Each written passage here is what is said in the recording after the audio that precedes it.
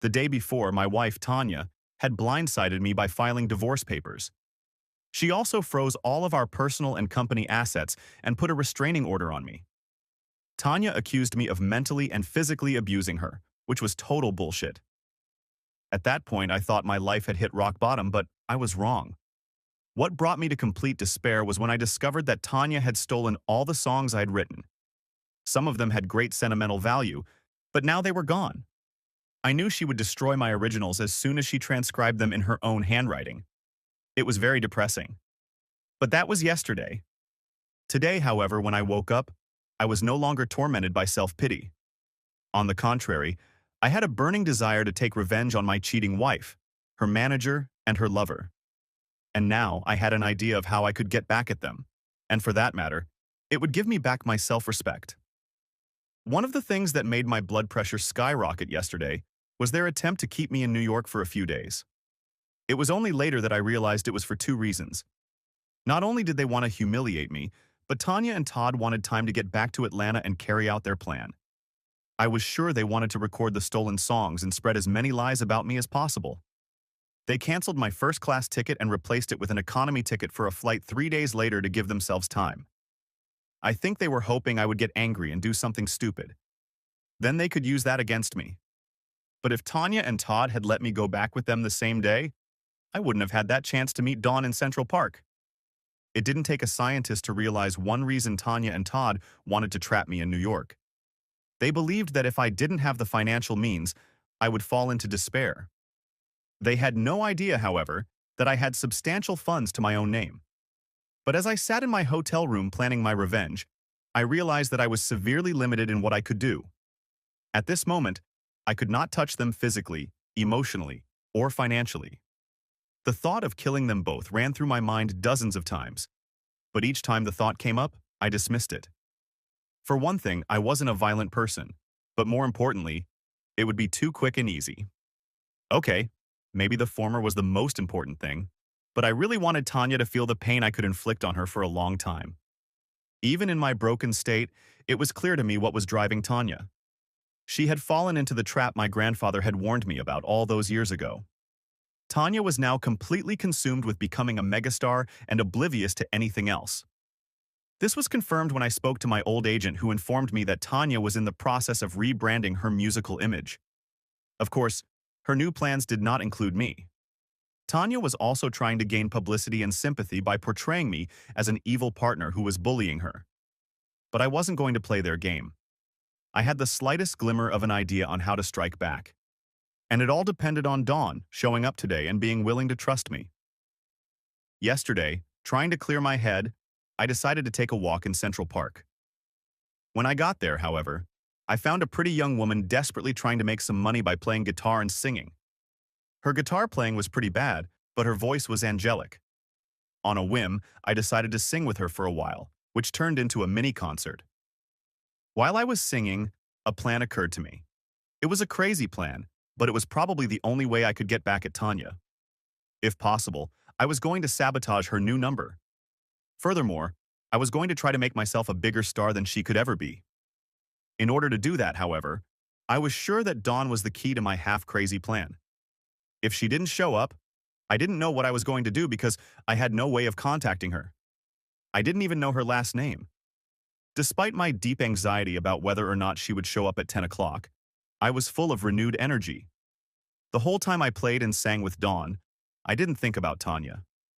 But that night, the pain and self-pity came over me again, and the tears flowed again. But when morning came, the thought of playing my music made the self-pity evaporate. I took a quick shower, ate breakfast, and headed outside. I found a music store that opened at 9 and bought myself a guitar. It wasn't expensive, but I'm sure it cost at least 4 times as much as Dawn's guitar, and mine was much better. By 9:30, I was sitting on the stairs waiting. After making sure Dawn wouldn't show up by 10:20, I began to assemble my new guitar. I was bitterly disappointed. But as I was about to leave, I saw her hurrying down the street. Dawn was clutching a little girl in her hand. She tried to walk as fast as she could, but the child's short legs limited their speed. "I was afraid you weren't coming," I said to a panting Dawn. I'm so sorry," Dawn apologized. I couldn't find anyone to watch my daughter. I watched her as she tried to catch her breath. I could read the uncertainty in her eyes, like she was afraid I'd get angry. She looked up at me, her lips trembling. Don't worry, I grinned, holding my new instrument in my hands. It gave me a chance to buy a guitar. Wow, that's a really nice guitar, Dawn said, looking at my guitar and hers. It's actually not that good, I commented as I started tuning it. Still, it's a better piece compared to that old one you're using. As I tuned the guitar, I looked at Dawn and her daughter. I estimated that the girl was about 4 or 5 years old, and the resemblance was obvious. I also noticed that Dawn had brushed her hair and even put on a little makeup. She was wearing a different dress today, and it was just as revealing as the last one. Dawn was pretty, but too thin. Unfortunately, her daughter looked too thin too. If they had to survive on what Dawn earned singing in New York, things were not good. Dawn's daughter hung on her mother's leg, occasionally sticking her head out to look at me. Finally, I smiled at her and said, "You're a pretty girl. Will you help us sing?" The girl quickly buried her face in her mother's side. Dawn apologized. "I'm sorry, she's very shy." "No need to apologize," I offered lightly. "When I was a kid, I wouldn't even leave my room if someone came to visit." "Hey," I said, suddenly remembering that I'd brought some snacks from the room. After restocking the minibar, there was still plenty left in there. "Want a cookie?" I offered, holding out a package of chocolate chip cookies. The girl looked at the package, then at her mom. Dawn nodded, but Allison wouldn't take them from me, so I handed them to her mom. She's smart not to take a cookie from someone as weird as me. Dawn smiled and knelt down next to her daughter. "This nice man and I are going to sing some songs. I want you to be a good girl and sit next to me. You can eat cookies while we play. Can you do that?" Allison nodded but didn't say anything. Soon she was sitting next to her mom and devouring a small package of cookies. It was quite obvious that the girl was hungry. I rummaged in my pocket and pulled out a couple packs of candy bars. I tossed them to her. "Here, I don't know if you like candy bars, and it's okay if you don't." Dawn opened a new package and whispered in her daughter's ear. The girl nodded, looked at me and smiled. "Thanks for the cookies." "My pleasure," I said, returning the smile. "And I still think you're a beautiful girl." The girl giggled and buried her head in her mom's leg again. "Before we get started, I'd like to introduce myself," I said with a smile. "I'm Robbie Wilder. And you are?" Dawn blushed slightly. "Yeah, I don't think we introduced ourselves yesterday. I'm Dawn Samuels, and this is my daughter Allison." "Now that we're done with introductions, let's sing," I said, starting to strum my guitar.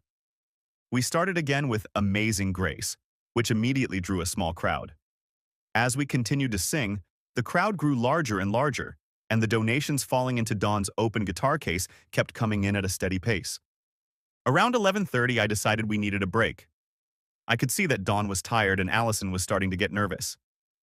"We'll take a break for half an hour to 45 minutes, I said to the crowd, which had grown to about 50 or 60 people. "We're just going to grab a bite to eat, so come back and tell your friends." The crowd groaned a little, but then began to disperse. Putting the guitar away, I looked at Allison. "Hey, babe, would you like something to eat?" Allison looked up and nodded. "You like hot dogs?" She nodded again. "There's a vendor over there," I pointed with my chin. "I'll get us something to eat and drink. How much do you want?" I asked Allison. "2," she said quietly, raising 2 fingers. "Allison," Dawn said sternly. The girl looked at the ground, then at her mother, and finally at me. "Please." I laughed. "How many do you think your mommy will have?" Allison held up 2 fingers again and smiled shyly. I laughed again. "I can pay," Dawn said, digging in her guitar case. I waved her away. "Keep your money. It's my treat. I suspect you need the money a lot more than I do." "Thanks," Dawn said, nodding. "I made $447.52 yesterday. I was able to pay some of my bills and give some money to my aunt. If I can make the same amount of money today, it will help Allison and me a lot." "Don't worry, you'll make more than that today," I said confidently as I headed to the hot dog vendor. I brought 6 hot dogs, 10 bottles of water, 2 apples, and a dozen cookies. Allison and Dawn ate hungrily. I suspected they hadn't had breakfast. As I ate, I realized that the whole time we were playing, I hadn't thought about Tanya and all the confusion I was facing. However, now that I thought about it, my heart squeezed. I felt so completely alone. Thoughts were swirling around in my head that I would never find anyone who could love me again. But the thought of being able to play my music lifted my spirits a little. Besides, I was now mentally putting the pieces together to hit Tanya back. It was also helping to soothe the pain inside of me. Once we were done with our meal, we moved on to another place. Here there was a more open space with benches all around. We found a shady spot and Dawn was able to spread out her coat on the ground. Allison curled up on it and soon fell asleep. After lunch, we started again with amazing grace. Soon a crowd began to gather. As people began to stand 10 and 20 at a time, I told Dawn that we needed to sing a little louder. I was impressed with the strength and clarity of her voice. And as we sang, people kept throwing money into the box. After about an hour, I noticed a TV reporter standing at the edge of the crowd with his cameraman. After finishing the song, I told the crowd that we would take a 5-minute break. I then approached the reporter. "What's up, guys?" I asked. The reporter, pretty in that commercial kind of way that most female reporters look, smiled at me. "You're Robbie Wilder, aren't you?" I smiled and nodded. "My bad. Is it true you and Tanya are getting divorced?" I remembered what I'd been told to do to change the version Tanya was probably going to put out. I shrugged. "Unfortunately, it's true, but it's not my choice. According to reports, she claims that you physically and mentally abused her during the marriage."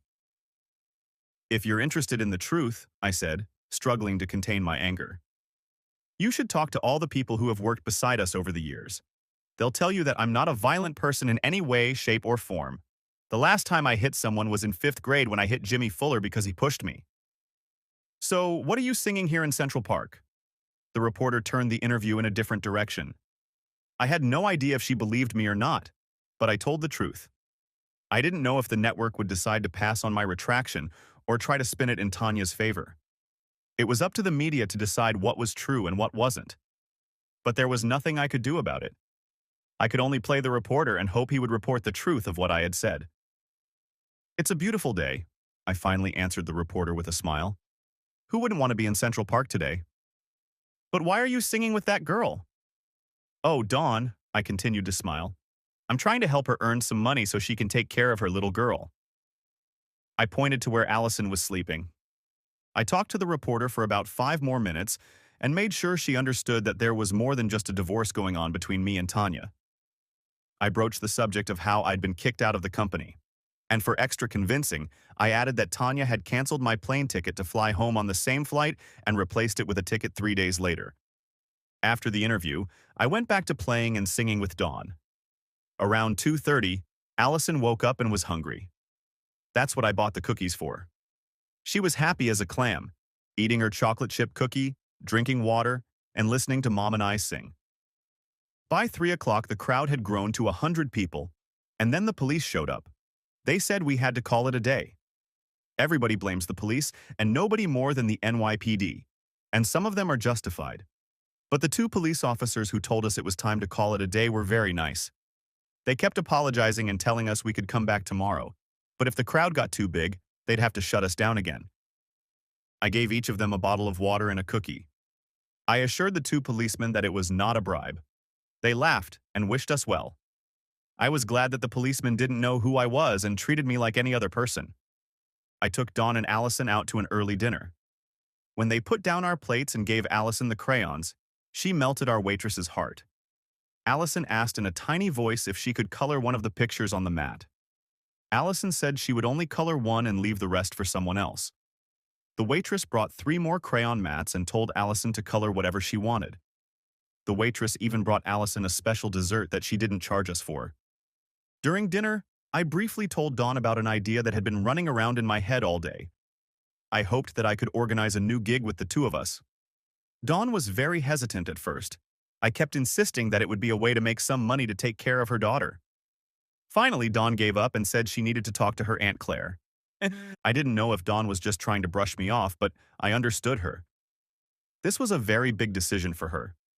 I mean, I was asking her to turn her life and her daughter's life upside down to follow me to Atlanta. I told her that I would go along with whatever decision she made.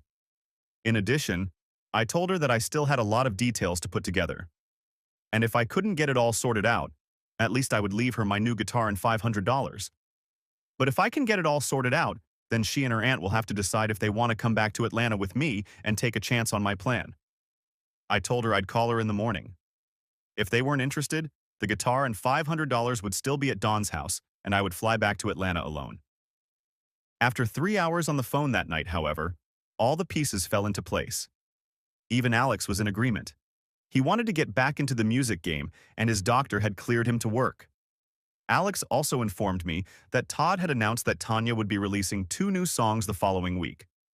I was sure they would be the same 2 stolen songs. But there was nothing I could do about it because the copyright on the songs was not protected. The thought that Tanya was going to profit from her betrayal only fueled my anger. I wanted to destroy her so badly that it would be my driving force for years to come. Now I was chasing stardom with all my might.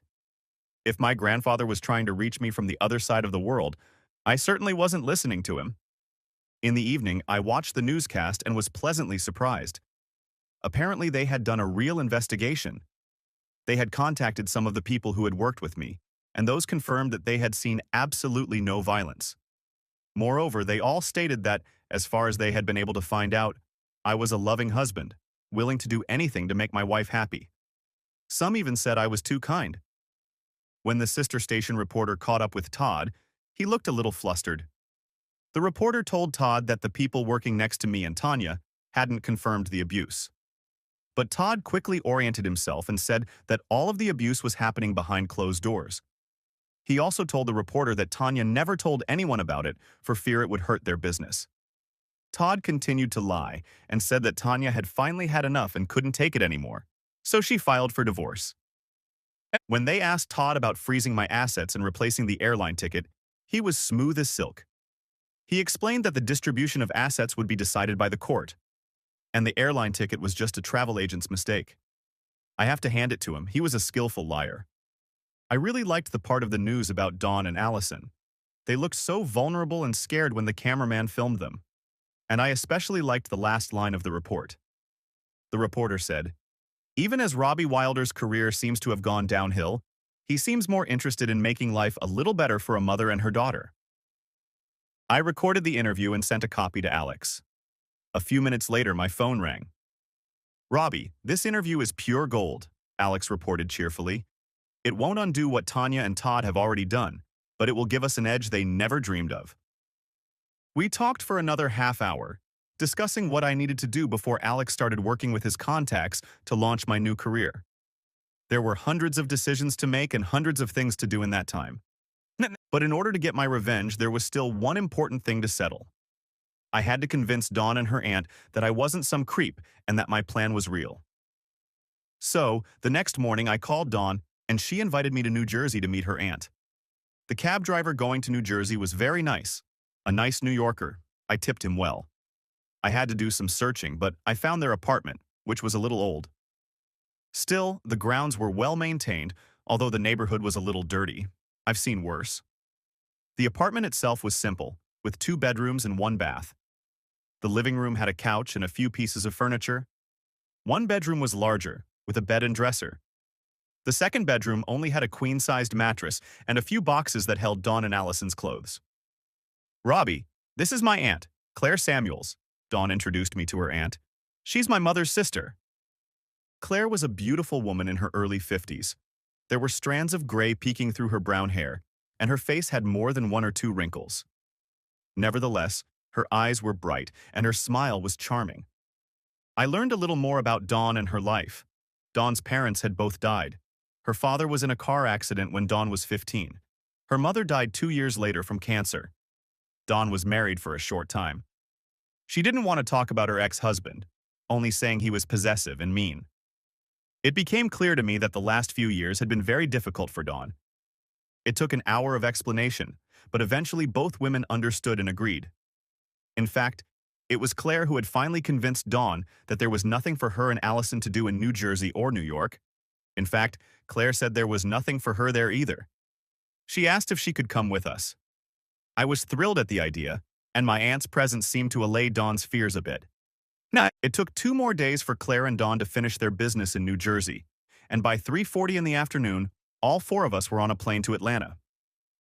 Even though it was just under 2 hours away, I was already getting impatient. Ideas were flooding my brain. There were hundreds of little things to take care of, from getting Dawn, Allison, and Claire settled into booking studio time. I also needed to buy Dawn a new guitar, decide on a new name, and, most importantly, start training Dawn as a professional singer. Fortunately, Alex would be there to help do much of what needed to be done. My plan was simple. Since Tanya had suspended me from our singing show, I was to create an entirely new show with Dawn as my new partner. I was going to start slow and then develop our show, hoping to reach the top of the entertainment world. Or at the very least, I wanted Dawn and I to become more famous people than Tanya. That alone would have frozen my ex-wife's ass off. At the same time, Alex and I would be looking for ways to hurt Tanya's career. In my opinion, that would have gone a long way to repaying Tanya. Truth be told, I didn't believe we could achieve superstardom, but I was convinced that we would become bigger and better than Tanya because I knew my future ex-wife's limitations. I discarded my grandfather's advice without a second thought, and I intended to work my ass off for everyone to get us where I wanted to be. I didn't care who I had to cross to reach my goal, but I had no idea what the price would be or who would end up having to pay. Part 5. For most of my career, I never wanted to be a celebrity, so I always let my wife, Tanya, be the face of our band. I also never considered myself an entertainer. To me, I was just a guitar player who also loved to sing. If people wanted to listen to me, that was great, but I was just as happy playing and singing on my own. But then my wife tried to destroy me personally, professionally, and financially. Now I was involved in an all-out fight to get revenge. Tanya had betrayed me, humiliated me, and tried to destroy my career. If that wasn't enough, she also tried to cripple me financially and stole all the original copies of the songs I had written. Sure, a lot of those songs weren't that good, but they were mine, and some of those songs had great sentimental value to me. Also, I was convinced that my 2 new songs were very good. I've learned over the years that if you work on something for a long time, it usually turns out better. That's what happened with my songwriting. Although I didn't realize it at the time, the songs I was writing now were some of the best of my career, and they would get even better. The flight from New York to Atlanta took just under 2 hours. Still, I was going crazy just sitting there, going over in my mind the hundreds of things I needed to do to start getting my revenge. To calm my anxiety, I started writing a new song. By the time we got to Atlanta, I already had outlines for 2 new songs, Treason Was Always in Your Heart, and Desperate Nights But Bright Tomorrow. Back in Atlanta, I decided it would be best to work away from the city. I arranged for Dawn, Allison, and Claire to stay with my parents in Tifton. I had originally thought of renting an apartment big enough for the 4 of us, but I thought that would be too creepy. So I rented a small apartment for myself near my parents' house. My mom was thrilled with the idea, but my dad was not so thrilled. He didn't make a big fuss, though. My mom and Claire became instant friends, and they both enjoyed taking care of Allison. But no matter how much attention the 2 older women paid to Allison, my father really liked her. Although he didn't want to admit it, they grew close. Most of the time, when I came to visit, Dad would play some game with Allison or read a book to her, or she would just sit on his lap while he told her stories. 2 days after Dawn and her family were settled, I brought her to the makeshift studio I had set up in a rented office. I brought in an instrument teacher to help Dawn learn to play the guitar better. I also brought in a voice coach to help her develop her singing style. I had to meet with lawyers, decide on costumes, even find a drama coach to help Dawn with her stage demeanor. I was draining my savings, but I didn't care. I was pushing everyone, including myself. But no matter how hard we all worked, no one worked harder than Dawn. She practiced her guitar until her fingers bled. Then Dawn would put a Band-Aid on and keep practicing. After a couple months, she started to play pretty well. Dawn was never going to be a great guitarist, but she was still pretty good. Finally, when I decided we had made significant progress, I booked time at a studio in Atlanta. I purposely avoided the studio that Tanya and I used. I could have gone back to that studio since the restraining order had been lifted. But the people in that studio knew Tanya was cheating, and they didn't say a word. They were dead to me. As I worked with Dawn, honing our moves, the divorce continued. Lawyers and accountants were involved in the squabbles over the business. I paid no attention to either of them. Even though I wouldn't use the old studio, I called the owner and explained to him why I wouldn't be returning. I did this because I wanted Tanya to know how aware I was of her betrayal and that there would be consequences. However, when we arrived for the first recording session at the new studio, I thought all my plans would be over before they even started. Dawn was absolutely terrified the first time I put her in front of the microphone. She froze every time we tried to record something. Luckily, my mom, Claire, and Allison came with us. After 2 hours of accomplishing nothing, I was completely frustrated. I didn't know what to do. I finally called a break and told everyone to go to an early lunch. I desperately wanted to record something because the studio was costing a lot of money with musicians and everything. So far, we didn't have anything. As the musicians were getting ready to put their instruments away, Allison peeked into the studio. She leaned her head against her mother's shoulder. "You're not going to sing, Mommy?" she asked with worried eyes. Dawn looked at her daughter's questioning look. She smiled and nodded. "I'm going to sing right now, baby." With those words, Dawn stood up and walked over to the microphone. I signaled the musicians to pick up their instruments. I then ordered the controllers to get ready.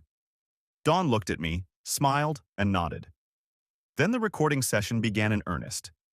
It took several hours, but we managed to record 2 songs I'd written on the return flight. Alex immediately released them with as much fanfare as he was capable of. The songs did well, with "Desperate Nights But Bright Tomorrows" reaching number 12. But "Cheating Was Always in Your Heart" reached only 19th place. These 2 new songs were to let the audience know that my new band was a reality. Alex was very satisfied because the new songs did the job and more. Tanya, on the other hand, started her solo career in a big way. She was written about in all entertainment publications, and Tanya appeared on television several times. She was smart enough not to insist on accusations of abuse, saying only that people have different opinions about what constitutes abuse. However, the thought still lingered in my soul that Tanya would use the songs she had stolen from me, and there was nothing I could do about it. But the thought that she would probably destroy my original copies made me even angrier. One of those songs I wrote for my grandfather. It wasn't very good, but my grandfather had tears in his eyes when I first played the song to him. Most people who knew Tanya well realized that her only goal in life was to become a superstar. And you have to hand it to Tanya. She worked her ass off to realize her dream. What Tanya and Todd didn't realize, however, was that while I was building my new career, I was doing everything I could to torpedo it. Basically, I was getting people to spread true and made-up rumors about Tanya, anything to tarnish her image. Still, I couldn't shake the feeling that my plans were going to fail, so I pushed everyone even harder. Dawn was just raw talent, but I saw great potential in her. Alex completely agreed with my opinion after watching a YouTube report of us in Central Park. I felt blessed that he had decided to come out of retirement to manage Dawn and me. The litigation had become a mess. I only paid attention to what was going on when the lawyers insisted. Except for the fact that the restraining order was lifted and the court granted me limited access to Tanya's and my old company's income, I didn't care anymore. I knew that eventually the divorce would be finalized and the business problem settled. But now I was only interested in revenge. The rumors I was spreading had little effect on Tanya's career. But it was actually being held back by Tanya's limited abilities. Still, I had to succeed much more than she did, because only then would I feel that I had truly gotten my revenge. Only then would Tanya realize that it wasn't me holding her back, but she was holding me back. For Tanya, I knew this would be a crushing blow. As I've said before, I never considered myself a celebrity. In my prime years, I considered Tanya and I to be average B-level singers. We performed in front of superstars, played mid-sized venues with other bands, and headlined at smaller venues. But throughout our career together, it was Tanya that fans wanted to see, not me. But even still, Dawn seemed to be completely intimidated by me. Because of this, it was difficult for me to make any adjustments to what she was doing. Finally, one morning in the studio, I lost my temper. After I told Dawn that she was too stiff and should let her body sway to the beat of the music, tears ran down her cheeks. "I'm sorry, Mr. Wilder," she said with trembling lips. "I'll try harder." "Dawn, please," I said through clenched teeth. "Don't call me Mr. Wilder." This made it even worse, as Dawn's whole body seemed to shake and the tears flowed even harder. What should I call you?" she asked through shaky sobs. "Call me Robbie, or hey you, or asshole. I respond to all those names. Just don't call me Mr. Wilder, that's my father." "What's an asshole?" asked Allison from the corner of the studio where she was coloring. I groaned. "Oh my God, I really put my foot in my mouth," I said, looking at Allison and then at my shoes. "And these particular shoes taste awful. I'm sorry, Dawn. It won't happen again." I was greatly relieved that instead of being upset, Dawn stopped crying and smiled. "What's a knit-head?" asked Allison again. "It's something I'm not supposed to say," I explained to Allison. "It's what people call me when they don't like me." Allison stood up, ran over to me, and hugged my leg tightly. She looked at me with a sad expression on her face. "No one should call you that. You're a good person." I kissed Allison on the top of her head, and she went back to her corner to continue coloring. I looked at Dawn and she nodded at me. "My daughter is right. No one should call you that." I laughed. "But I'm still responding to it." Dawn laughed and we went back to work. After that, she started calling me Robbie. But it was slow going, as Dawn was still intimidated by just about everything. She could sing, but her demeanor on stage was very stilted and awkward. By the end of 2 months, I had gotten rid of most of the rough edges. The rest was to come with time and experience. I gave Dawn a list of lines she could say during the show, and I myself played off of them and tried to make her look witty and warm. Finally, I decided that in order for Dawn to get better, we needed to perform in front of a live audience. So after discussing it with Alex, we decided it would be best to start the show where Tanya and I had started, at Big Carl's restaurant. Alex arranged everything, and Carl was delighted. To my surprise, the bar was full that first night. I had hoped the bar would be half full, like it was when we started with Tanya. Dawn was terrified and threw up shortly before we started the show. I wish I could say that once Dawn got on stage, she relaxed. But she wasn't. She was like a deer ready to bolt at any second. So I took over and just left her in the background, interacting with the crowd. I lightly touched on Tanya's problems and my own. Then I made a few harmless jokes a few times at Tanya's expense, and then told how Dawn and I met. I painted a picture of finding this beautiful flower in dirty, disgusting New York City. I told them that New Yorkers could be the coldest people in the world, but when Dawn started singing, they stopped and even smiled. Yeah, ladies and gentlemen, it gives me great pleasure to introduce you to the Central Park songbird, Dawn Samuels. Polite applause broke out.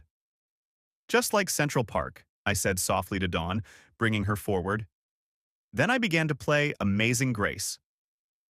When we finished, the hall exploded with applause. Dawn only smiled shyly and nodded her head. About a third of the way through our performance, Tanya and Todd suddenly appeared. We were in the middle of a song when people started murmuring and getting up to watch. Finally, Tanya proceeded to the table that was reserved for her.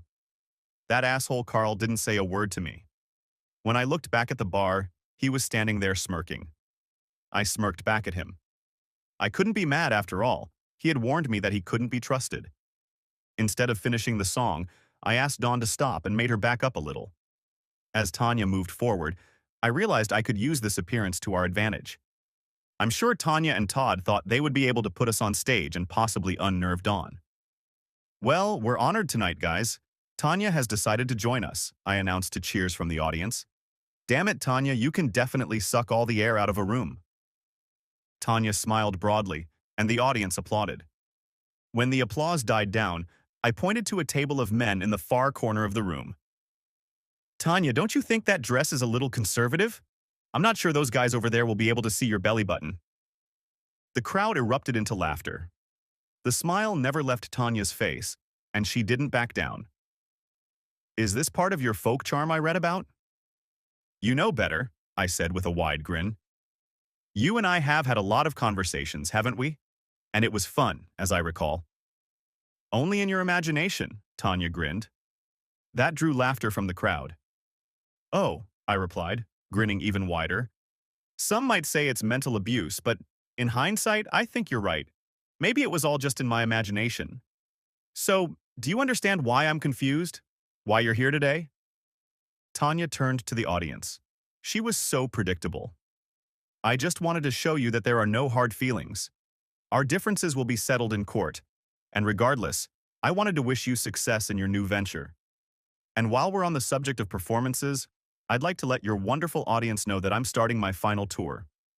We start right here in Atlanta at the Cobb Energy Performing Arts Center in 2 weeks." Knowing what she was doing, I pounced.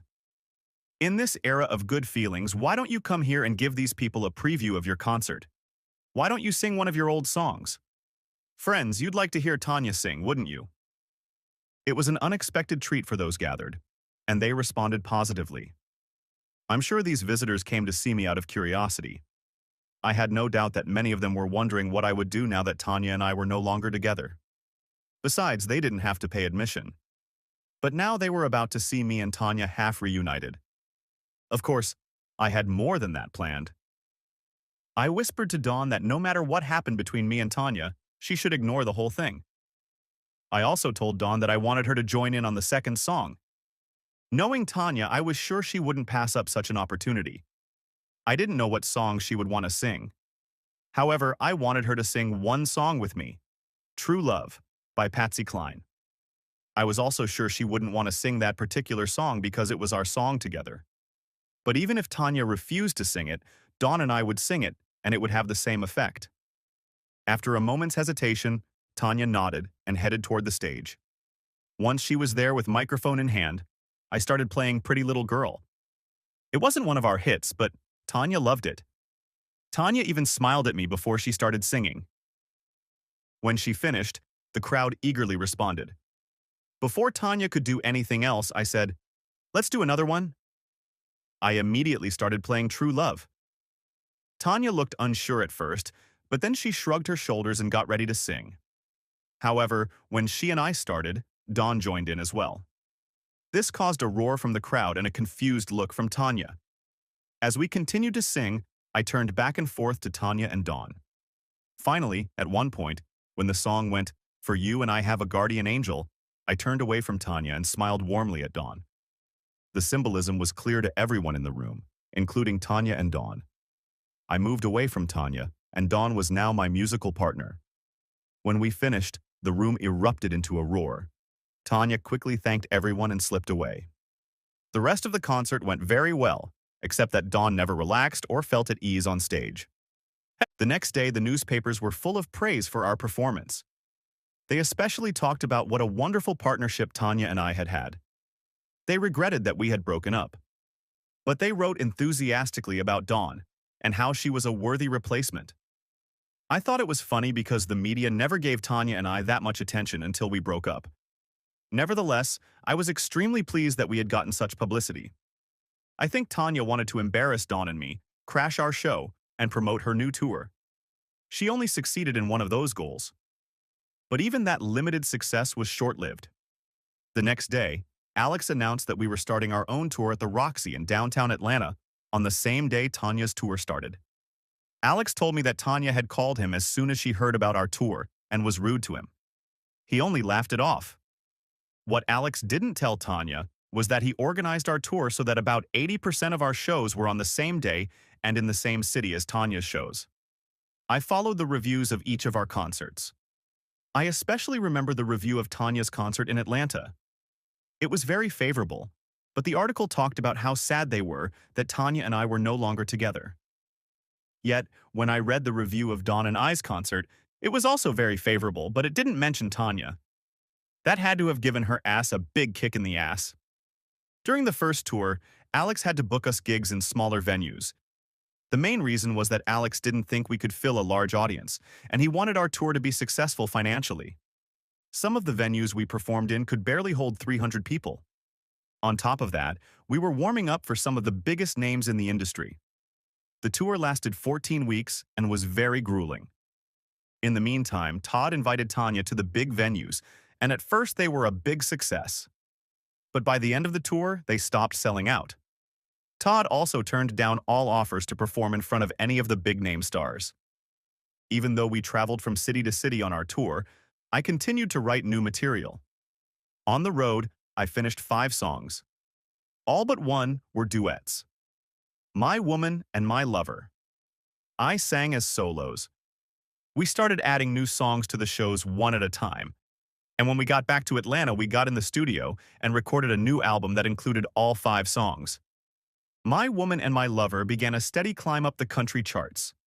It reached number 2 and remained in the top 10 for 6 weeks. A week after the album reached number 2 on the country chart, it moved to number 9 on the Billboard pop chart. It took almost 8 months, but now I'd say Dawn and I were definitely at the top of the B range. We may not have been superstars, but I was pleased with our ascent in the music world. During this same time, Tanya's star didn't really ignite, if at all. She was doing well, but Todd couldn't take her to the top of the mountain or even close to it. After one show, a reporter interviewed me and asked how I was doing after breaking up with Tanya. I replied that I was doing great. Then the reporter asked what I thought about Tanya's new career. I knew he was catching a trick moment, so I answered him. I have no idea about anything Tanya is doing, I replied innocently. Is she still performing? Apparently, Tanya had seen my comment and had some nasty things to say about me during her next gig. Now there were constant disagreements between me and Tanya. I always left my comments in a joking way. Tanya, on the other hand, got nasty at times. It didn't help her at all. The lawyers were pushing us to finalize the accounting of our old partnership to close it down and distribute the assets. But when Todd took over the books, he changed the accounting system and it became difficult to determine anything. It was a complete mess. By this time, I knew there was nothing I could do about the songs Tanya had stolen. I had finally come to terms with it. Nevertheless, I was sad that the song I had written for my grandfather was gone. While the corporate war continued, the divorce suddenly slowed to a snail's pace. The main stumbling block was still the same issue, Todd's accounting system. I was entitled to half of what we had accumulated during the marriage. However, Todd's convoluted accounting system made it extremely difficult to identify assets and their physical location. Todd had created dozens of corporations, and money was flowing from one to the next. My attorney had a CPA firm comb through all the records to come up with an accurate list of everything. And from what the accountants told me, Todd was no help at all. In addition, much of the information they were digging up was extremely painful. When the accountants checked the company's travel expenses, I learned that all those public relations trips Tanya and I had been sent on separately had been a smokescreen.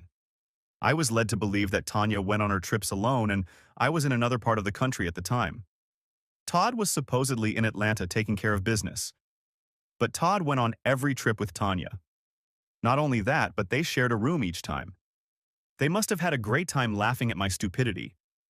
And yet, while my legal troubles dragged on, my professional career was as vibrant as ever. Our last album was going very well, and our concert schedule was filled through the end of the fiscal year. True, most of the concerts were open to other stars. Nevertheless, they were well paid. To top it all off, I was nominated for a Grammy Award. For My Woman and My Lover for Best Country Song. I kept pushing Dawn and myself to be better and better, but I was starting to get concerned about Dawn. She was still struggling before each performance, and it took her a day or two to calm down afterward. I knew she was taking prescribed sedatives, but I had no idea how much the performances were affecting her. One day my mom brought Allison into the studio and pulled me aside with a stern expression on her face. "Don't you dare hurt those girls," Mom warned me, pointing at Dawn and Allison in the studio. "Mom, why did you say that?" I was genuinely shocked by her comment. I would never hurt Dawn or Allison. "Dawn is head over heels in love with you." My mother's eyes were like lasers nailing me in place. "She's nervous because she's afraid she'll let you down."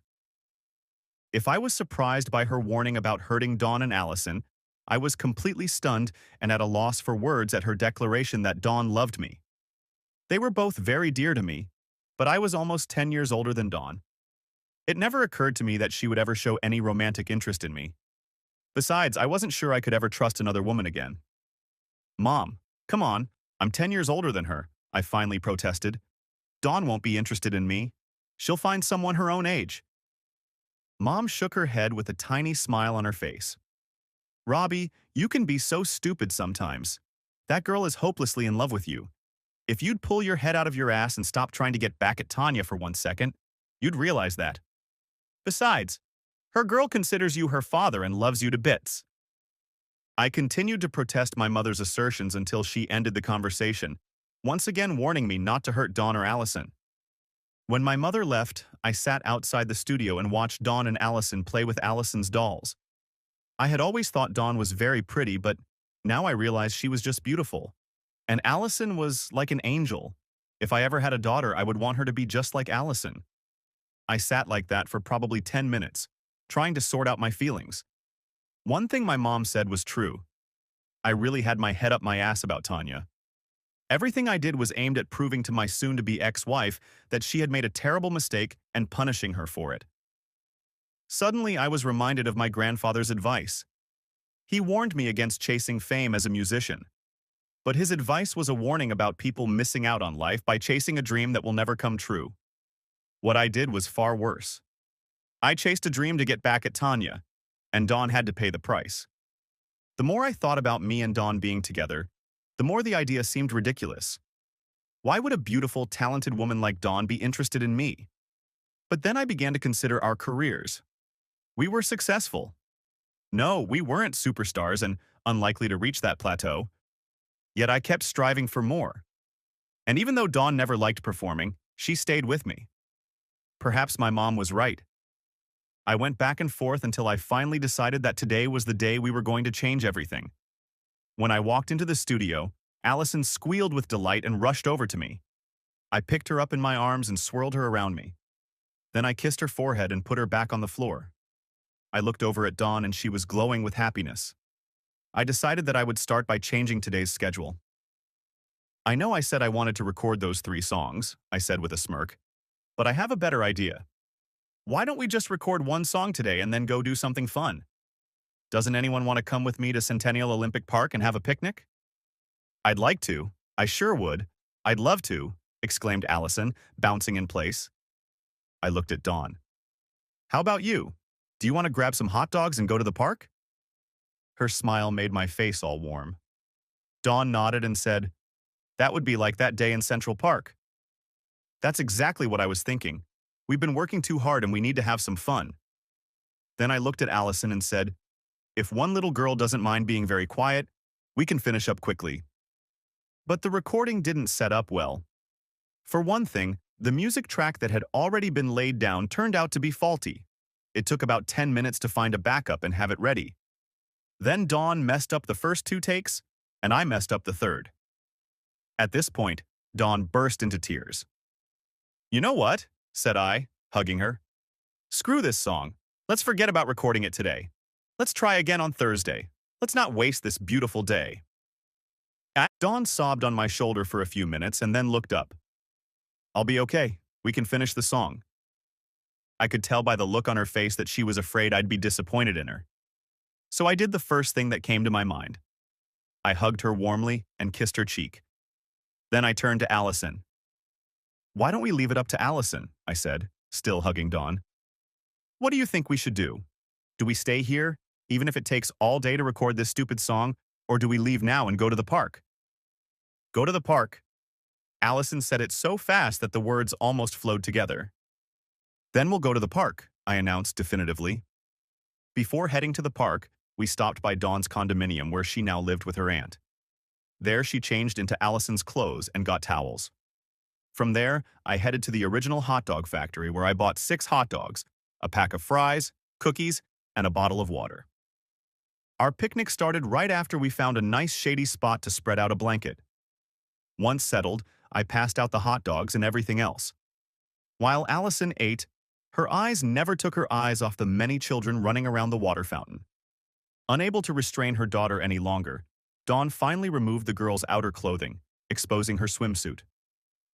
Then, for the next hour, Dawn let Allison run around the water fountains, which were periodically shot into the air from Olympic rings set in the ground. Allison squealed with delight as the jet of water caught up with her as she ran back and forth across the playground. When Dawn decided Allison had had enough of swimming, she called her daughter back to the shady area and gave her a cookie. I decided it was time to figure out what Dawn wanted to do with her life. "You're not really into performing, are you?" I asked blandly. Dawn looked at me nervously. "That's okay." Said, "I'm trying to figure out what we should do next," I explained. "So tell me honestly, do you like performing?" Dawn sat very still, looking at me as if trying to figure out what answer I wanted. I sat very quietly too, trying my best not to give away my preference in any way. After an awkward silence, Dawn shook her head, but then quickly added, "But I'll perform for as long as you want me to." I had my answer, and I knew what I should do. "I'm actually thinking of canceling our concerts for next year. We don't need the craziness of another tour. We both have enough money to last us for a while longer, and we're still getting pretty good royalties." Tears suddenly ran down Dawn's cheeks. "You're firing me? You're breaking up our business?" "No, not at all," I replied immediately, shocked by Dawn's reaction. The last thing I wanted was for Dawn to get the impression that I wanted to get rid of her. "I just like making music.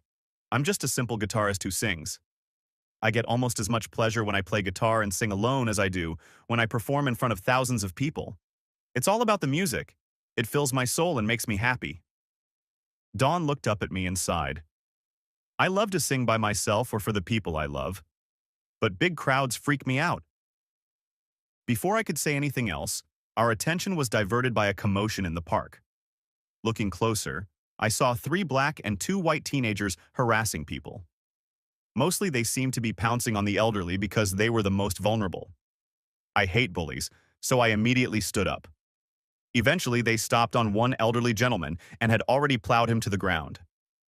"Robbie, no!" Dawn pleaded as I jumped to my feet and headed to the man's aid. "You're going to get hurt." If I'd thought about what I was doing, I probably wouldn't have done it. I'm not a fighter and only know the bare minimum about self-defense.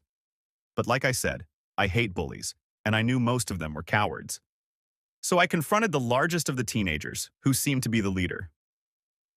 "Leave the gentleman alone," I said calmly but firmly. "No." "And what the hell are you going to do if I don't?" the large black teen said, pulling a knife out of his pocket. He didn't press the button to open it, but maybe that was because I immediately kicked him with all my might. I grabbed the knife and flicked it open. I had no intention of getting into a physical altercation. My plan was just to get the older gentleman away from trouble. But now I was in it, and I expected the other 4 to pounce on me. But almost at the same time, the other men came running in with me. When I looked around for the other 4 teenagers, I saw only their backs. They were running as hard as they could away from their friend and away from the park. In the short time it took to help the older man up, I was shaking like a leaf. While I was gathering my thoughts, several ladies led the man over to a bench. A moment later, Dawn was in my arms, sobbing on my shoulder. Allison clung to her mother's leg and cried. "You could have been killed," she repeated over and over. I reached down and picked Allison up on my hip and rested her head against my shoulder.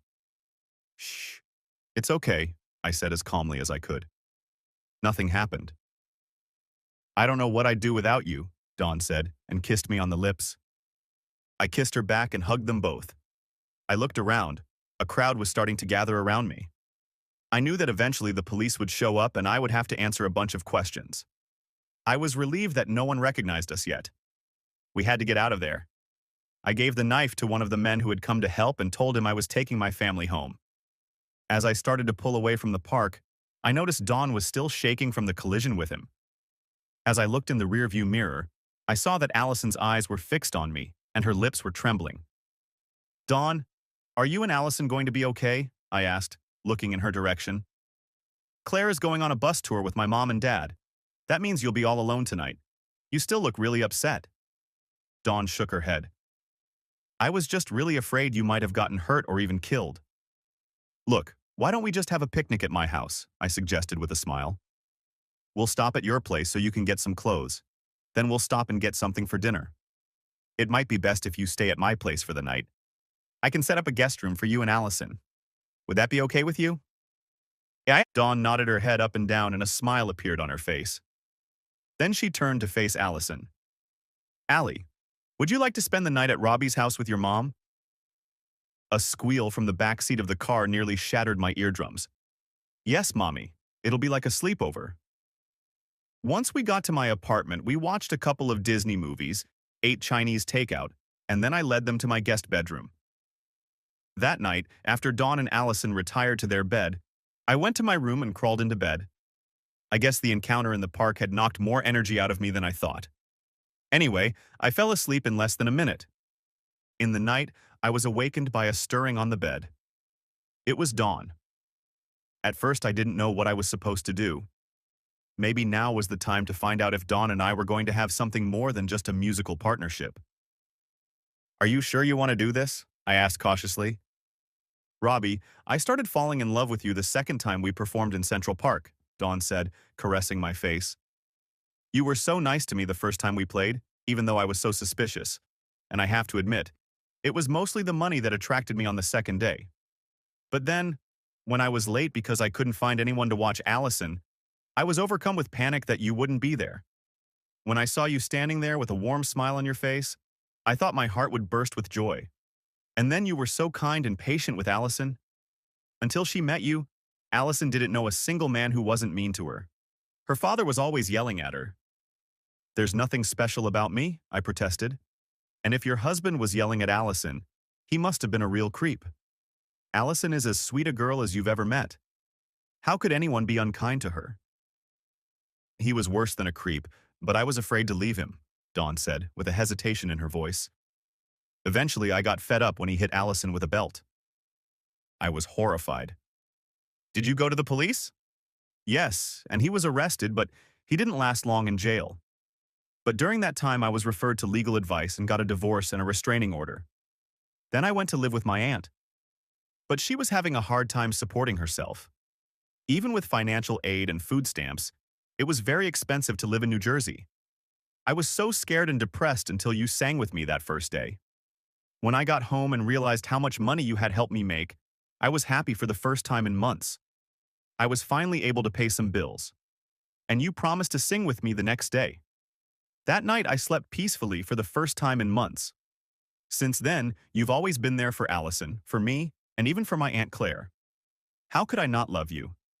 Besides, when we were at the park today, you told everyone that we were your family. Well, so you know, I said, stroking her hair. I really do love you and Allison very much. And I want to take care of you both for as long as you'll let me. It will be forever, Dawn said, kissing me. The next few months were hectic and stressful, but I was the happiest I could ever remember being. I loved the way Dawn's face lit up when I walked into the room. And Allison became my special little buddy. If Dawn wasn't around, and sometimes even when she was, Allison would snuggle up to me. People in the studio started calling her my shadow. Over the next few weeks, as the lawsuits continued on their winding path, my relationship with Dawn grew stronger and more loving. I reduced our workload and told Alex to cancel all the concerts after the Grammys. He was a little disappointed, but not too disappointed. I told him we would still do 1 or 2 concerts a year and maybe even do a TV special if requested. We also promised to keep recording new songs.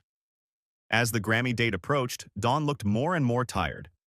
But we would finally do one last concert, and after that, Dawn could rest for a week before the awards ceremony, and then we would end the year. We usually ended each concert with Patsy Cline's old hit True Love. Before we started the song, however, I decided to do something I had been thinking about for weeks. Once the crowd had more or less quieted down, I got down on one knee and pulled a small box out of my pocket. Opening it, I revealed a 2-carat diamond ring. Then I asked Dawn to be my wife. Her mouth opened and she screamed, "Yes!" Then I wrapped her in my arms and kissed her tenderly. The crowd went wild. When we separated, the crowd was still cheering. We smiled and waved at each other for a few moments, and then we started playing our last song of the evening, True Love. The song was very special that night. Months after that performance, I was revisiting the video, especially the footage of the people in the audience. I didn't see many dry eyes. We had planned to get married 2 months after the Grammys. But a few months ago, we decided to leave Atlanta in the rearview mirror. Neither of us liked living in or near the big city. We talked about moving back to Tifton, but my parents had recently moved to Florida. We decided to follow them and bought a house in the center of the state. It was about a half-hour drive from Orlando. About a week after we settled into our new home, all the litigation came to an end. As I expected, everything was going to be split 50-50. All that was left was for the accountants to finish the audit. My lawyers apologized for not getting more, but I was ecstatic.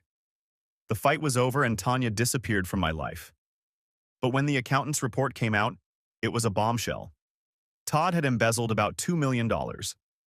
The accountants finally got their hands on Todd's records to expose the thief. Not only was Todd arrested, but Tanya immediately began divorce proceedings. Although Tanya's career was in no danger, her big dream of rising to the top with Todd crashed and burned. You'd think I'd be ecstatic, but I felt sad and tired from the whole mess. Besides, my own life was on the verge of collapse and I didn't even realize it. Part 6. When the news of Todd's betrayal of Tanya became public, you'd think I'd be ecstatic, but that wasn't the case. I mean, I couldn't have planned a more perfect revenge than to have Todd steal a big chunk of Tanya's money, and having the man who stole my wife from me go to jail. Not only that, but my cheating ex-wife's career took a major hit. The next day, another Tanya-related scandal broke. Allegedly, Todd stole songs from young songwriters and forced Tanya to record them. One of these songs had a good success and made it to 14th place. To make matters worse for Tanya, there were doubts as to whether she knew about the thief. I should have been over the moon about Tanya's fall. But really, I was just sad for her and for myself. Grandpa's words were now rattling around in my head. I'm sure the loss of money had hurt Tanya, and the song scandal had tarnished her reputation. But I was sure what really hurt her was the realization that Todd had used her and hadn't helped her career one bit. It should have been a devastating blow to her. But for me, it was just a passing thought. I didn't love Tanya anymore, and while I was sad for her, I wasn't going to lose sleep over it. Now that Dawn and I were engaged, my main concerns were centered on my future wife and my future daughter Allison. I was a little sad to wind down our activities, but I would gladly trade any music career for the love of Dawn and Allison. Unfortunately, I had been pushing everyone for so long that the very moment I found true happiness, disaster struck. When we finished our last concert, it was obvious that Dawn was completely exhausted. I had to admit that I was exhausted too, so I suggested we skip the Grammys and just rest. But to my surprise, Dawn really wanted to go. When I asked her why, Dawn smiled and said she wanted to see all the celebrities. I couldn't help but laugh. However, the Grammys turned into a nightmare and my whole life started to spiral out of control. I had planned to return to the studio as soon as we got back from the tour. However, Dawn was so exhausted and suffering from bowel problems that I told her to rest. I also insisted that she go to the doctor for a checkup. Our GP diagnosed diverticulosis and prescribed antibiotics, bed rest, and a change of diet. Dawn did all of these things and it seemed to help her. While Dawn was recovering, I recorded the song, Please Say You'll Love Me Forever. I had hoped to record it with Dawn, but because of her health problems, I recorded it as a single. When Dawn rested and got better, I decided we could record it as a duet. Anyway, when it was ready, Alex released it as a single. I thought that if we won a Grammy, it would give the song a boost. However, that didn't happen. The day we were supposed to attend the Grammys, Dawn complained of a stomachache, and I again suggested we skip the event. Dawn said she would take an antacid, but we would definitely go. I was incredulous, but agreed to go on the condition that Dawn rest all day until the awards ceremony. She did. So, the night before the big event, we were both dressed to the hilt.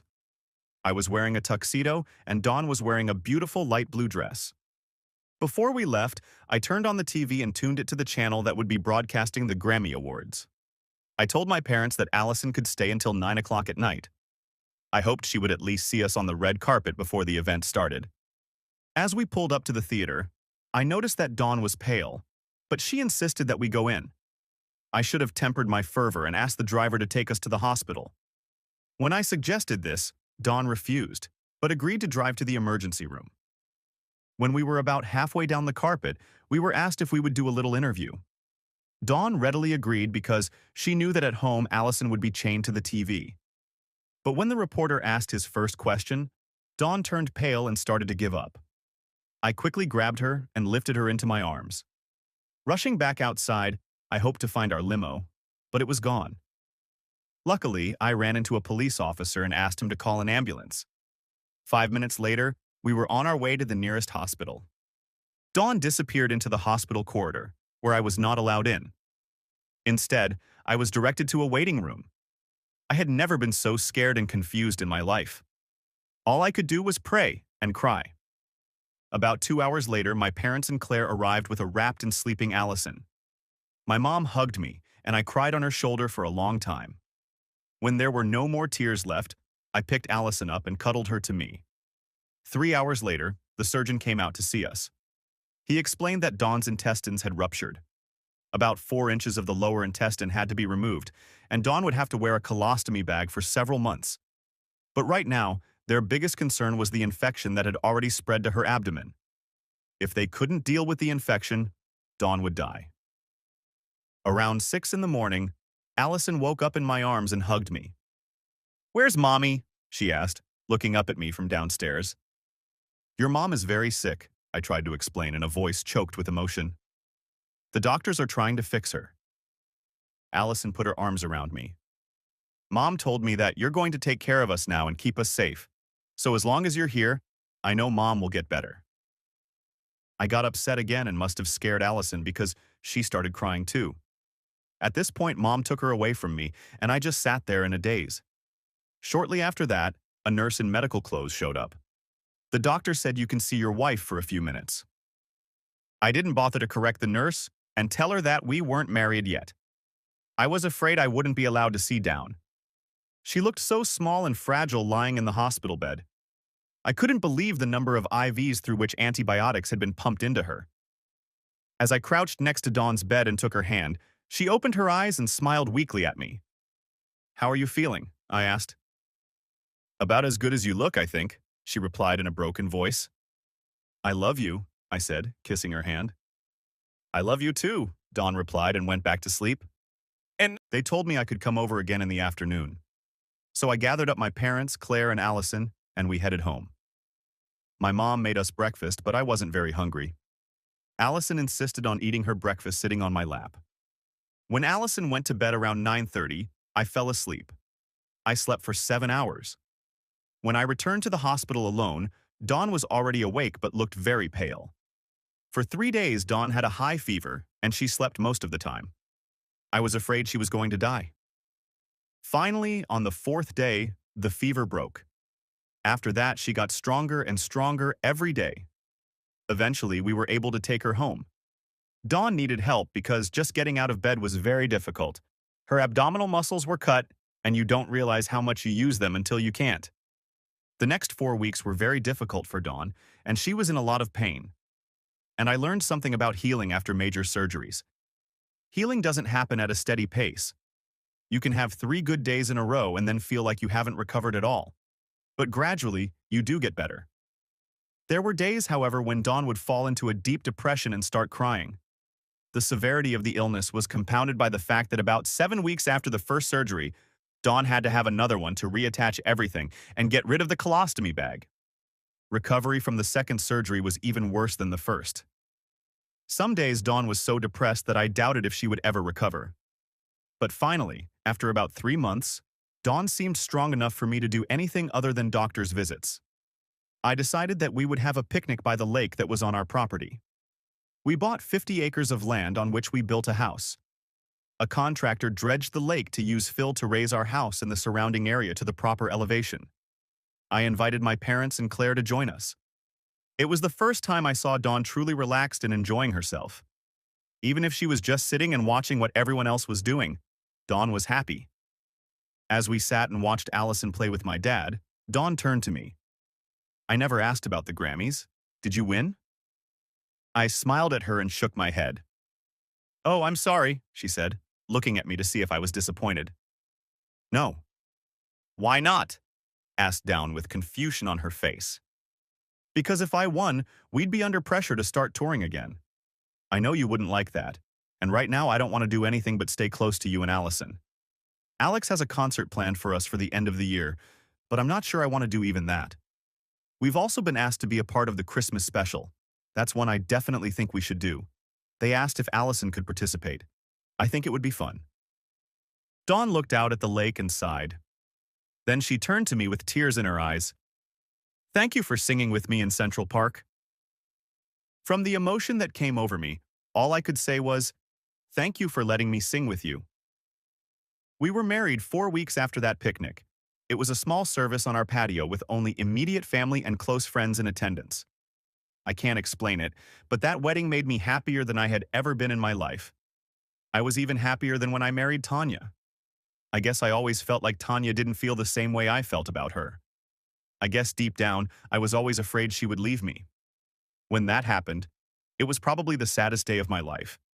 But as they say, when God closes one door, he opens another. Tanya closed one door and Dawn opened a new one for me. I was so consumed with Dawn and Allison that I didn't pay attention to anything outside of my family. At the reception, we were asked if they wanted to share anything with us on their wedding day. Alex stood up and said that my single, "Please Tell Me You'll Love Me," went to #1 on the country charts. He also said that the song had crossed over to the pop charts and was at #4. Our guests screamed with delight, and Dawn showered me with the longest and most passionate kisses I had ever received. Alex wanted us to hit the road again, but I flatly refused. But it was Dawn who made me change my mind. No, she didn't want to tour again, but she definitely wanted me to come back, and she promised to come with me while Allison was off at school. Reluctantly, I agreed, but as I passed one stop after another, I was glad Dawn had insisted. Wherever I performed, whether in a small nightclub or a large arena, I was greeted by enthusiastic, sold-out crowds. Sometimes Dawn would join me on stage to perform a song or two. When she did, the audience roared approvingly. But that was very rare. Still, I loved her for it. At the end of the year, Dawn did come out to a concert with me. All the tickets were sold out months before the show. I'd even heard of people buying tickets for $1,000 or more. I didn't believe it until the police arrested one man trying to sell 3 tickets for $4,000. In a television special called Country Christmas, Dawn and I performed along with half a dozen other country bands. Since we weren't performing in front of a live audience, Dawn really enjoyed being on the show. The program was a hit, and Allison stole the show. She turned out to be a little ham with a great voice. The program first aired in mid-December, but it was so popular that it was rebroadcast twice more before Christmas.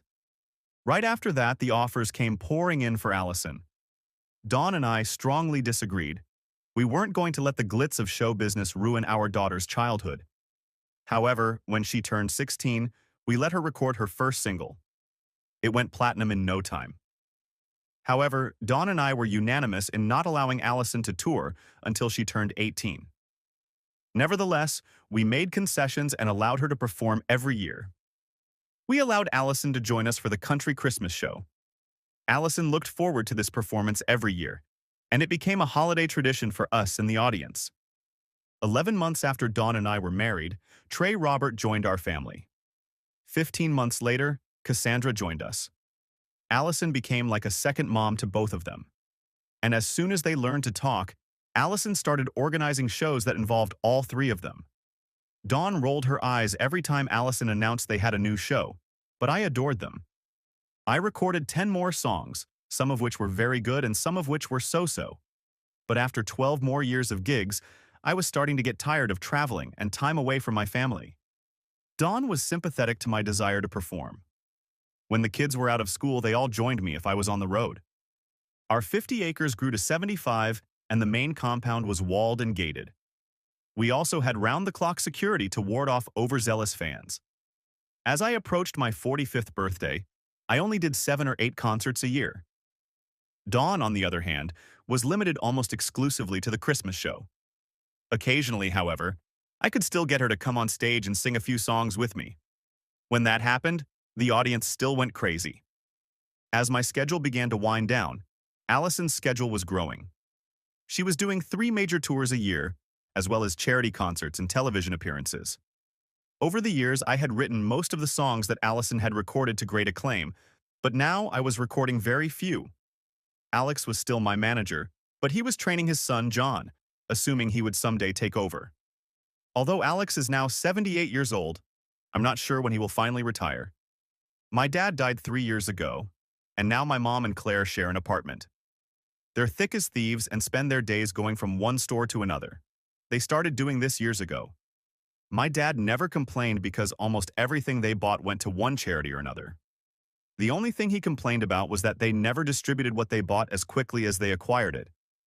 I want to share one funny incident involving my first wife, Susie. When Tanya left me and it became public, Susie sent me a postcard with a picture of her husband's last dealership. It said, "Yeah, I may have gained a few pounds, but you lost about 120 pounds. Your wife. You are such a loser." Susie. When I married Dawn, I sent Susie my card. It was a picture of Dawn and me just after the wedding. Susie, I'm sorry it took me so long to respond. Thank you for your concern during a difficult time for me. I have to admit you were right, but not about that. I was a loser when I married that 120 pounds, not because I lost her. As you can see, I replaced those 120 pounds with 110 pounds of pure love. And Susie, really? A few pounds? I think you need to get a new scale. Robbie, I am truly sorry for the time I spent trying to ruin Tanya's career. Truth be told, she was never mine to make or break. But because of my obsession with revenge, it wasn't Tanya who suffered, it was Dawn. I made everyone chase a dream that wasn't really mine. My grandfather was right. It almost cost me the most important thing in my life, Dawn. Like I said, I had little, if any, impact on Tanya's career. In the end, that's how it turned out. She didn't have the talent to work her way up.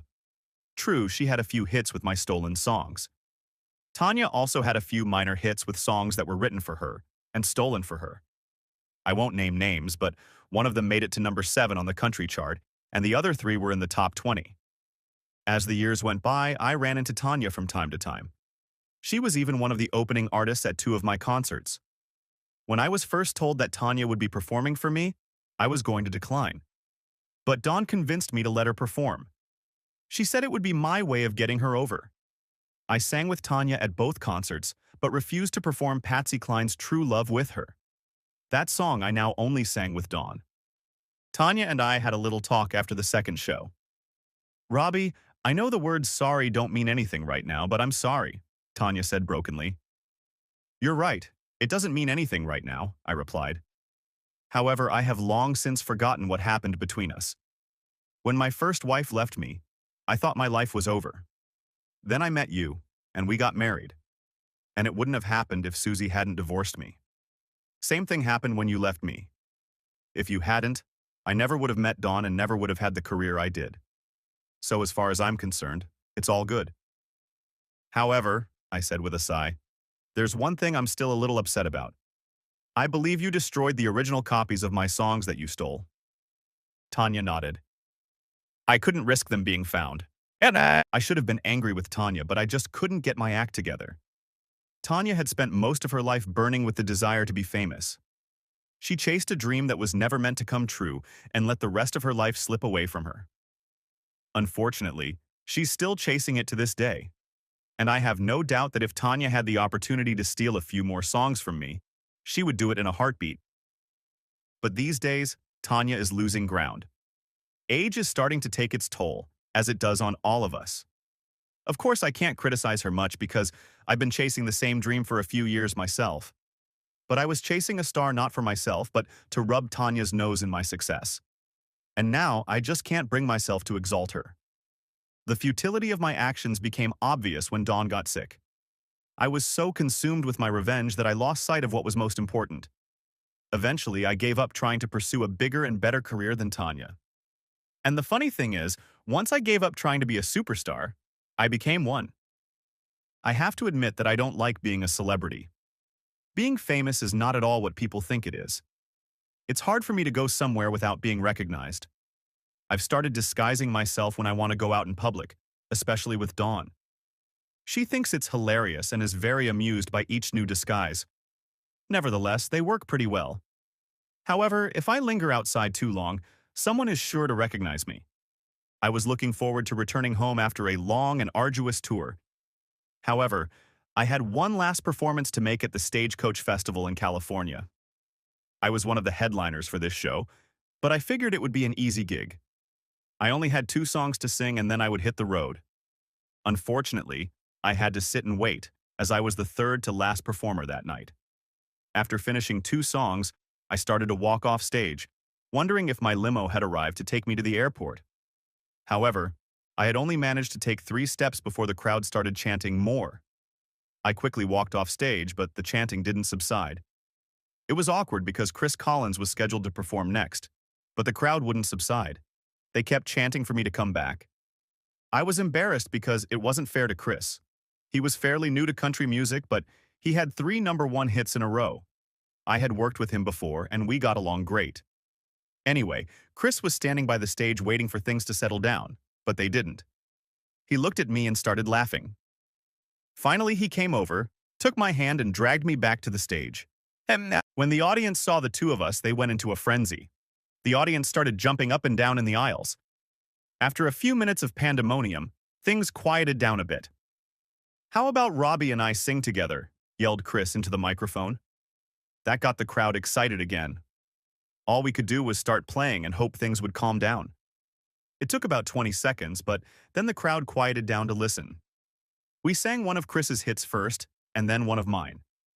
We sang a few songs and tried to leave the stage, but Sandy Younger came on stage before we could do so. She was known as the golden voice of country music. I always thought she should have been called country music's golden body. She was great. When Sandy approached us, I thought Chris and I would just slip outside, but Sandy had another idea. She grabbed both of us. "You two are having too much fun," she accused us. "I want in on it too." That sent the crowd into an even bigger frenzy. And for the next hour and a half, the 3 of us continued to entertain the crowd. We alternated between playing our own songs and singing together. Sometimes it was just 2 of us, sometimes all 3 of us. By the end, I was exhausted and drenched in sweat.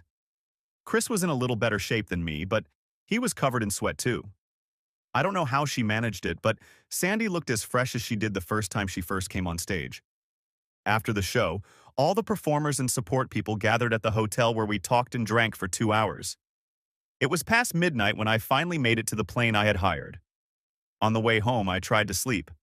I arrived home around 7 in the morning, the day before my 45th birthday. I was groggy and spent the next 10 hours trying to catch up on my sleep. When I woke up and finally got dressed, everyone was out on the back patio. Dawn was preparing a barbecue dinner, and I got there just in time. "Glad you could make it, honey," she said, kissing me passionately. "Oh, disgusting, Daddy," Trey stuck out his tongue. "Get a room." "We have a room," Dawn said with a smirk. "It's at the beginning of the stairs on the right. We'll be using it tonight." "Oh my God, Mom," Trey shouted. "TMI, TMI, TMI." "What do you mean too much information?" asked Cassandra, standing up next to her brother. "Nothing for the ears of the baby in the family," Trey smirked, looking at his sister. "Stop calling me a baby," Cassandra slapped her brother on the arm. "You're only a year older than me." 15 months, Trey corrected. "Okay, you two, just calm down," Dawn chided them. I laughed and grabbed a plate, filling it with spare ribs, coleslaw, beans, and cornbread. I also grabbed a beer and settled in at the far end of the patio. Our house stood on a hill overlooking 75 acres of land. Since we had purchased it, we had expanded the grounds. Not only did we now have a pool and tennis courts, but we also had a basketball court. There were ATV trails and a 3-horse barn. We expanded our man-made lake to accommodate a motorboat and sailboat tied to the dock. The only thing Dawn didn't make a fuss about was the pool. She fought over the horses, but Allison desperately wanted them. Ever since she was a little girl, Allison had loved horses. I finally convinced Dawn to let me buy 1 horse and hire a riding instructor. I told my wife that eventually Allison would get tired of caring for the horse, and then we would get rid of it. Apparently, Allison never got tired of horses, so now we have 3. To Allison's credit, she paid for the other 2 horses out of the royalties for her first hit song. Dawn said that the basketball court and tennis court would probably not be used after the first few weeks. At this point, Dawn finally admitted she was wrong. Trey and I often went out archery, and it wasn't unusual for me to find Trey and his friends playing pickup ball when I got home. Sometimes I would join them if the sides were unequal. I wasn't kidding myself. I couldn't keep up with those guys. But I could hit the ball. The tennis courts were a different matter. Cassandra got into the game after a year of tennis instruction. She became good enough to make the school team. But it was Dawn who used the tennis courts the most. She loved playing with Cassandra and her friends. She even got me used to it. And twice a year, we had a charity tennis championship. We'd bring in bleachers and Dawn would raise $40,000 or $50,000 for the event. It seemed like everybody wanted to participate except me. Of course, at the very beginning, Dawn informed me that it was impossible to refuse to participate. I am convinced that I was put on the program to be a comedian. All my kids learned to water ski at the lake, and Trey loved to swim. I can water ski too, but it's not something I'm really interested in. If the kids and Dawn want to do it, I'll go along with it. I love the ATV trails we have all over the property. We also have access to the state park ATV trails behind our property. Every 4th of July, I used to bring my old singing partners George and Simon and their families. I also brought George and Mabel with Tyrone and his family. They would stay with me for a week and it was all fun and exciting. And every night ended with cooking and singing. It was wonderful to have a loving family and such good friends. The years went by and I realized I was getting older because each tour was getting harder and harder. On the night of my 45th birthday, Dawn rented my favorite restaurant in Orlando. It was a private party with about 150 friends and family in attendance. Sometime during the evening, Allison handed me a guitar and told me it was time to sing for our dinner. We sang for about 20 minutes, when I was surprised by what happened next. Trey and Cassandra had been taking music lessons for a few years now, but I had been so busy I hadn't noticed how far they had come. I'd heard them sing when Allison put on music shows at her house. They both had nice voices, but they were timid and unsure when Allison put them to work. When Allison called a break, she told me to sit next to my wife in the front row. Dawn just pressed herself against me. I quickly realized that she knew what was going on. As for me, I would have to wait and see. The wait wasn't long when Trey and Cassandra joined their sister with their guitars. I expected Allison to take matters into her own hands at this point. So I was completely surprised when Trey took the mic, told some funny stories about his sisters, and then started a guitar solo. Stunned is the only word to describe my reaction. But as surprised as I was shocked when Cassandra joined him and the two of them took the hall by storm. But that wasn't the biggest surprise that night. As the applause died down, Allison handed the microphone back and said that the three of them had written a special song for me. Cassandra started, Trey soon joined her, and Allison finally weaved her voice in. It was the sweetest music I had ever heard. As the words began to flow on their own, tears streamed down my face. I later learned that the song was called With My Father's Love. My 3 children recorded this song, which went to #1 on the country and pop music charts. That night I lay spooning with Dawn after making love for quite some time. I told her that I really enjoyed the birthday party, but I didn't think they could ever top that one. And so it was until my 50th birthday came around. In the weeks leading up to my 50th birthday, I took great pleasure in watching my children and wife bustle around, working on some plans of their own. From time to time, I would catch them holding their heads together. When I would ask what they were doing, they would just giggle. I probably would have paid more attention, but I had other concerns. I was doing things I didn't want my family to know about because they would be furious if they found out. On my 50th birthday, I discovered that they had planned a surprise brunch with 50 guests. Anyone who didn't know my family well would have assumed that this was their big birthday surprise. However, after an afternoon nap, I was informed that I had to be ready for dinner by 6 o'clock. My spidey senses quivered. I figured they were planning another awesome birthday dinner, but I was wrong. The limo was a new touch. One of those stretch models that allowed the whole family to be seated comfortably and uncluttered. The tinted windows made it hard to look out of and impossible to look inside. I thought it was a clever idea.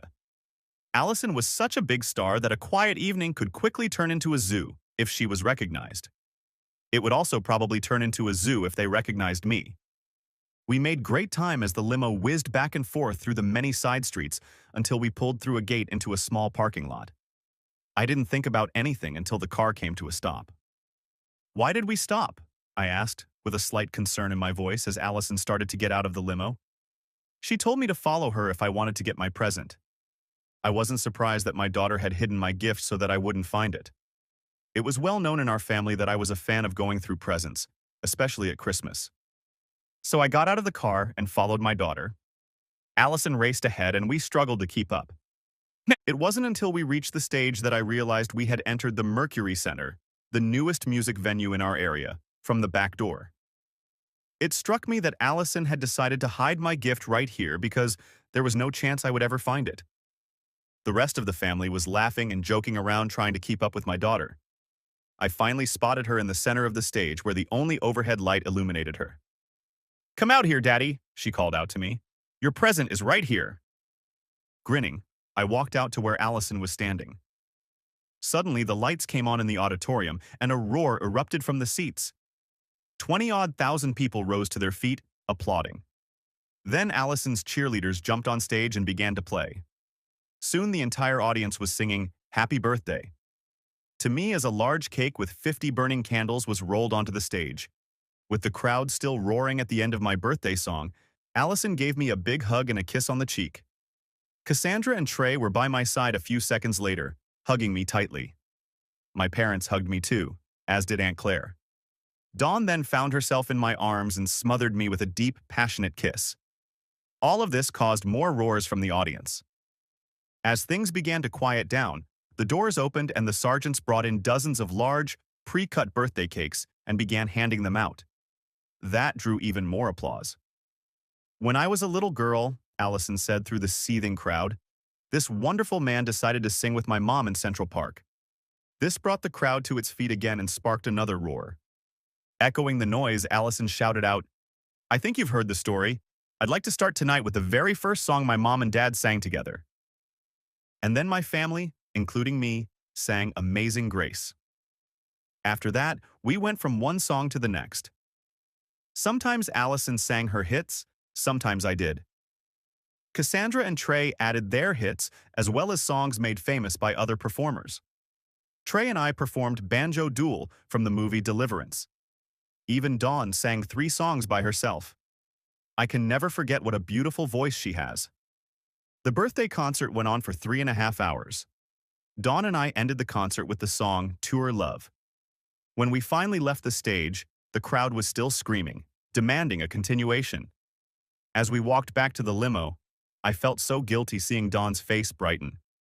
I prayed she would never find out about my secret life because it would crush her. A little over 3 months after my birthday concert, I was finally able to end the secret life I had been leading. In fact, our relationship ended consensually.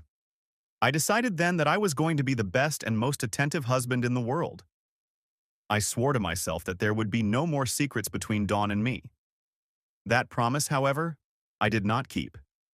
Even though I knew it would devastate Dawn, I couldn't stop. For almost 4 years, I had managed to keep my secrets. And there have been some really good times over the years. I cut down my gigs to 1 or 2 a year. But every time a date for one of my concerts was announced, all the tickets were sold out within 15 minutes. Despite the reduction in gigs, I continued to write and record songs. I now had 28 platinum records, and 21 of them hit the pop charts. I also wrote songs for all 3 of my children. 4 of them became #1 hits for Allison. Trey and Cassandra each had 2 top 5 hits from songs I wrote. All 3 of my children got married. Allison married Alex's grandson, Daniel. Since Alex was my manager all those years ago, Allison and Danny practically grew up together. Danny was a great studio guitarist and had a pretty good voice. He was a backup singer for some of the biggest names in music, including my band. But Daniel wasn't interested in the entertainment side. He loved the business. His grandfather taught him everything about being an entertainment manager. Danny wanted to follow his grandfather and father into the business. As I learned over the years, many very talented and successful entertainers didn't really like performing. Fortunately for me, I learned a long time ago that I find it easy to connect with audiences. As I've said many times, it's all about the music. I'm just a guitarist who sings a little bit. Music fills my soul. And if others enjoy it, so much the better. Trey was one of those people who didn't really enjoy performing. However, that was not the reason why he gave up the activity. The reason he gave up performing was because of the name Jenny Tallow. Jenny was a professor at a local university, and Trey and his band were giving a concert there. At the time, Jenny was an advisor to the entertainment committee of the university's student senate. Apparently, there were numerous problems with the sound system, which Jenny frantically tried to resolve. However, after hours of negotiations with the union electricians, the sound system still wouldn't work. Trey watched Jenny's efforts with humor and sympathy. He had dealt with unions before and was sure they would do little to solve the problems. Finally, Trey pulled out his cell phone and made a call. 45 minutes later, a portable sound system was delivered and set up in the college auditorium. According to Trey, the union electricians were very angry that non-union employees had installed an alternative sound system. They threatened to file a grievance, but Jenny pulled both barrels. She told the electricians that they could do whatever they wanted. However, they would have to do it after they left the hall, or she would have them arrested. All 6 workers left with their tails tucked. According to Trey, he fell in love with Jenny that night, but it took him 2 months to get her to go on a date with him. A year after their first date, Trey and Jenny got married. About 3 months after the wedding, Trey quit performing. He didn't want to jeopardize his marriage by leaving home so often. Instead, he took a teaching job at the same university where Jenny taught. Trey was hired to teach entertainment business. He was only supposed to teach 2 classes a week. But his course is so popular that the university convinced him to teach 2 extra classes, and they are always full. Cassandra turned out to be our problem child. I think she has always existed in the shadow of her 2 older siblings. Unlike Trey, Cassandra loved to perform and had a great career. She may never reach the heights that Allison achieved, but Cassandra was definitely an A-list artist. As her career began to take off, Cassandra got a little wild. She got involved in partying, started drinking a lot and doing drugs. Thankfully, Cassandra didn't become a drug addict. And after a confrontation with Dawn, Sunday come to Jesus, she moderated her alcoholism considerably and stopped doing drugs altogether. Then things seemed to get better, but then they got bad again. Cassandra hit the road again, and her music career continued to grow. But then she met and hired Lance Talbot. I hated him from the first time I met him. Lance was the epitome of everything wrong with the music industry. He was a handsome lead guitarist with tons of charm, but no morals and a shitty voice. Cassandra fell deeply in love with him and married him in Vegas without saying anything to anyone. The marriage started falling apart almost from the beginning. Lance cheated on my little girl almost from the beginning. I guess he thought that by marrying Cassandra, he could take our family name to the top. And at first I did try to help him out, providing studio time, a voice coach, and even a few songs I wrote myself. But aside from being good-looking and a great guitarist, Lance was an empty shell. Eventually, he ran off with the lead singer of an up-and-coming band. Cassandra was crushed. But even though Lance ran away, he left something behind for Cassandra. She was pregnant. And a few months after that, it was discovered that all of my children were expecting a baby. The first to give birth was Cassandra's baby girl, whom she named Lacey. 2 months later, Jenny and Trey had a boy they named Jason. A month after that, Allison and Danny had another baby girl they named Angelina. As much as I promised to put my secret life behind me, I couldn't. About 16 months after Cassandra gave birth to Lacey, I started again. This time, however, I knew Dawn would find out anyway. So I decided to come clean. Still, I wanted to spend one last night with my grandchildren. I was sure that after I confessed everything to my wife, my time with them would be severely limited, if they would let me see them at all. The whole family gathered at our house to celebrate Memorial Day. We set up cribs in one of the guest rooms, so all 3 little ones could sleep together. I took my guitar and recorder into their room. I told everyone that I was going to sing my 3 grandchildren to sleep. My family looked at me with loving smiles as I went upstairs. I couldn't help but think about how much they would hate me when I told everyone about what I was doing. But that would be tomorrow. Tonight was just for me and my grandchildren. As I started up the tape recorder, I looked at my 3 grandchildren who stood in their cribs, smiling and giggling as I strummed the guitar. I sang a few children's songs until they lay down and watched me through the cribs. Then, one by one, they fell asleep. While they were just falling asleep, I decided that I would sing songs that their parents had made popular and songs that Dawn and I were good at. I also decided to intersperse it all with funny stories about their parents, Dawn and me. Dawn. Tears ran down my cheeks as I read the last part of Robbie's journal. I remembered waking up the next morning to find Robbie hadn't come to bed. I found him still in his chair next to his grandchildren. But when I went to wake him up, I found Robbie was gone. The coroner said he had suffered a massive heart attack during the night. Robbie turned out to be partly right when he learned of our reaction to what he had been doing in secret. We were terribly saddened and disappointed when we found out what Robbie was doing, but only because it was a secret he wanted to share with us. The secret that Robbie was so afraid I would find out about was that he had cancer. He had successfully fought it when it was first discovered. However, the cancer had returned. At the same time, it was determined that Robbie needed open heart surgery. Doctors decided that they needed to treat his heart first before proceeding with the cancer treatment. But Robbie's heart failed before anything could be done. Tears streamed down my cheeks. God, I wish he had told me this so I could have been there for him during this must have been a scary time. But it was Robbie. From the first time we'd sung together in Central Park, he'd always tried to protect me. The family was devastated, but we were stunned at how all of Robbie's fans were grieving. Thousands and thousands of floral arrangements started showing up at our gate.